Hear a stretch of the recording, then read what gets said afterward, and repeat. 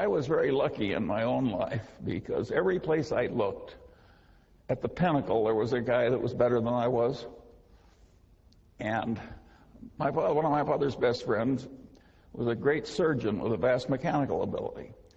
And I knew what this man did with his mechanical abilities in inventing all these spreaders and things he used to do his operation, that I would never be as good as he was. And everywhere I looked, there was somebody like that.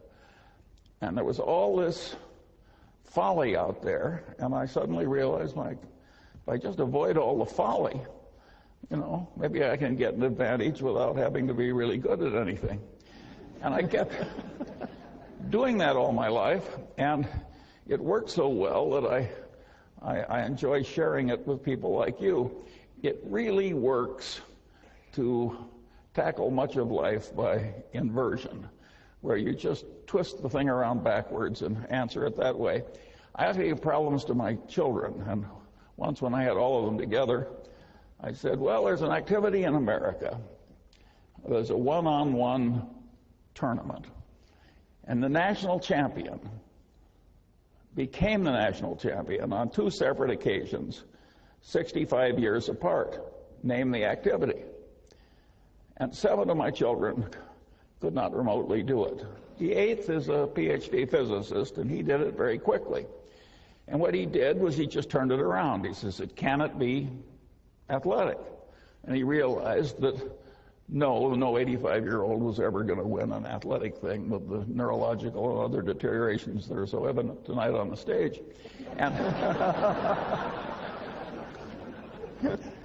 And so I said, well, could it be chess? He's a chess player. And he realized that no 85-year-old was ever going to be the U.S. chess champion. He knows what a chess tournament is like. But that led him to checkers, a game that you could almost master with enough experience. And of course, that was the correct answer. It took him about 15 seconds. All kinds of problems like that look so difficult. If you turn them around, they are quickly solved. And so this process that I've gone through life doing of identifying folly and trying to avoid it has worked wonderfully for me. Another trick that I got very early was that I loved big ideas that had a lot of instructive power. And I liked them so well that I didn't mind when they were in somebody else's territory. I just went in and took the ideas. So I paid no attention to the territorial boundaries of academic disciplines. And I just grabbed all the big ideas that I could, and then I used them in daily activity to solve problems and amuse myself and do self-education and so forth. Well, that makes me a collector. I'm a collector of inanity. And I've cataloged the inanities on structures in my head. And it's been a wonderful thing to do. If you stop to think about it, how many unhappy collectors do you know? Whether they collect silver or mistresses or, by and large, collectors are happy. And collecting inanities is just wonderful. If you collect stamps the way I once did, I soon had a U.S. stamp collection I couldn't afford to add a stamp to. Well, what fun is collecting when you can't afford the next stamp? When you're collecting inanities, there's never a shortage. And there's all this low-hanging fruit. We had one this morning from the governor of New York. That was pretty expensive fruit. Well, but...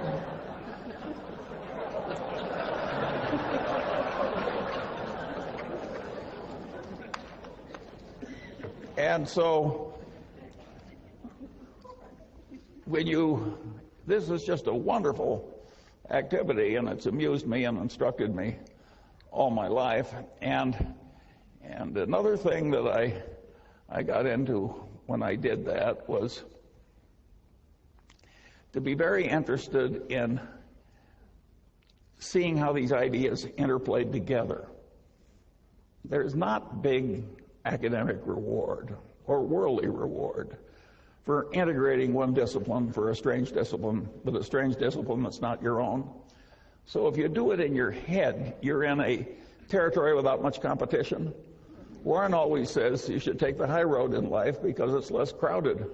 And this is a less crowded mental road in life, and it really works. And of course, when you do that, you get into issues where ideas are in conflict. And of course, it demands synthesis. Well, a lot of people, when they see a demand for synthesis, immediately retreat into whatever orthodoxy they came from. That's not the Munger. If there's two big, powerful ideas and there's a terrible tension between them and synthesis is demanded, I look it up if I can, and if I can't look it up, I try and figure it out, and if I have a poor approximation, I use that for a few years until it gets better. I got another idea that was very useful. I always liked Occam's razor. Now, that is a wonderful way to think. You can argue that Einstein's whole career was just a marvelous demonstration of Occam's razor. And E equals mc squared is a pretty damn simple idea, but think of the power of it. And then Einstein developed, some people say, a counter-corollary to Occam's razor. This may be apocryphal because I've never seen it in any original source I trusted, but I've seen Einstein quoted with this observation over and over again. Everything should be made as simple as possible, but no more simple. Well, if Einstein didn't say it, he should have said it, because this is a very sound idea. I later developed a supplement to that corollary. And my supplement to Einstein's corollary was that, about Occam's razor, was in messy social science, if the result you're observing is a Lollapalooza, look for a confluence of multiple causes, multiple forces operating in the same direction. I got to that idea when I was trying to explain to myself how the Moonies were able to get some student to come out for a weekend in the country.